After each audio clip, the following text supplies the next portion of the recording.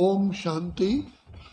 जैसे शरीर के लिए भोजन, जल, वायु अति आवश्यक है, इसी प्रकार से आत्मा जो इस शरीर में विराजमान है, जो कर्तव्य करती है, उसके लिए ज्ञान और पिता परमात्मा की शक्तियाँ, वरदान अति अति आवश्यक है।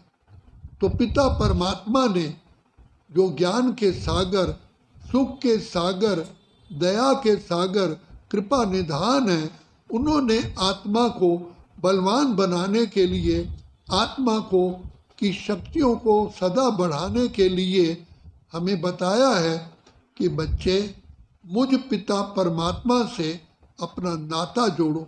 आपने देखा होगा वर्तमान समय साइंस की एनर्जी, सोलर एनर्जी से कैसे बैटरियां चार्ज हो जाती हैं।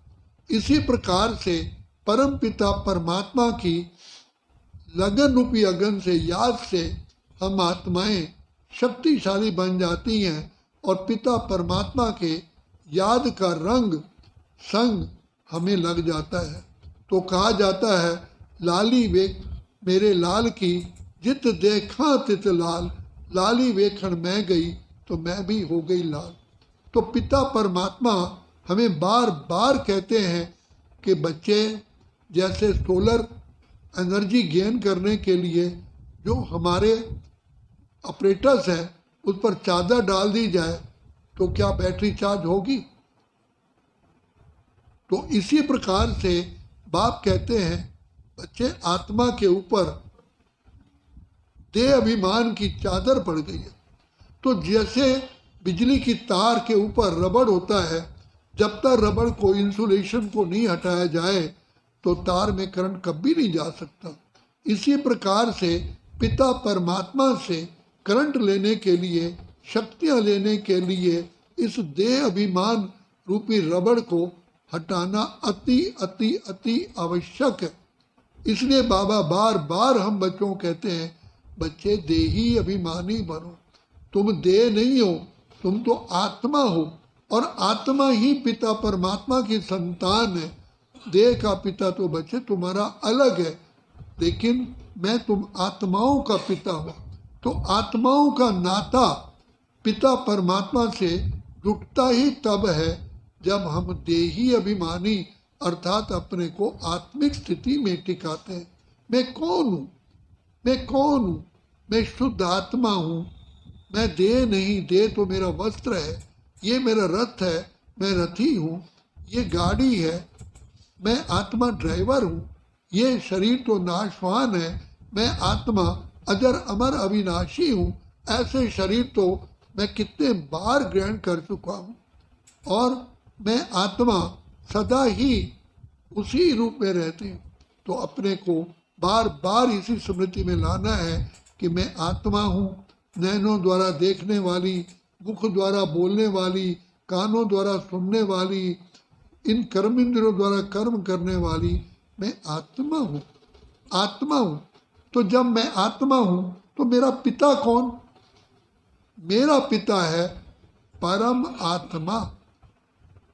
वैसे तो परमात्मा भी आत्मा है, लेकिन वो सदा ऊंच से ऊंच है, परम है, इसलिए हम उनको परम आत्मा कहते हैं।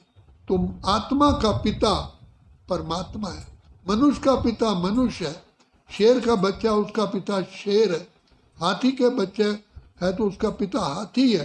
आत्मा का पिता परमात्मा है। तो जब तक हम अपने को आत्मा नहीं समझेंगे, इस पिता परमात्मा से हमारा नाता जुट ही नहीं सकता। इसलिए इसकी निशानी आप देखो आज तक भी, क्योंकि आत्मा इस देह में भ्रिकुटी में ही निवास करती है। जब हम मंदिर जाते हैं तो पुजारी भ्रिकुटी पर ही तिलक टीका लगाता है। उसका भाव यही है कि जब तक हम अपने आत्मा रूपी सिंहासन पर नहीं टिकेंगे, अर्थात अपने को आत्मा नहीं समझेंगे, तब तक प्रभु मिलन हो ही नहीं सकता। आज हम टीका तो लगा लेते हैं, तिलक लगाते हैं, करोड़ों मनुष्य तिलक लगाते हैं, लेकिन उसका अर्थ ही पता नहीं। वो सोचते हैं शायद हमारा भाग्य जग गया, लेकिन नहीं, आत्मिक के स्मृति में आने से, स्वस्वरूप में आने से ही हम पिता परमात्मा की स्मृति में रह सकते हैं।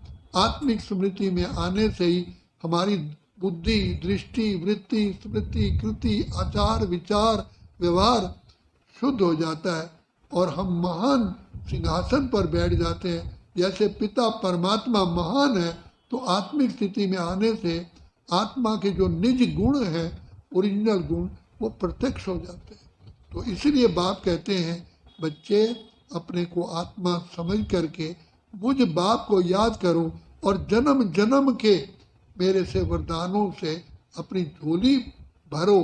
और दूसरी बात, जब हम पिता परमात्मा को याद करते हैं तो हमारे संस्कारों का परिवर्तन होता है।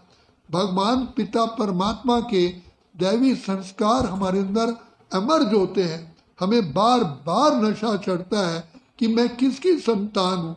मेरा पिता पवित्रता का सागर है, शांति का सागर है, सुख का सागर है। तो ऐसे गुणों सहित बाप को याद करने से हम भी गुण स्वरूप बन जाते हैं, शक्ति स्वरूप बन जाते हैं, प्रेम स्वरूप बन जाते हैं, आनंद स्वरूप बन जाते हैं। अच्छा, ओम शांति, ओम शांति, ओम शांति।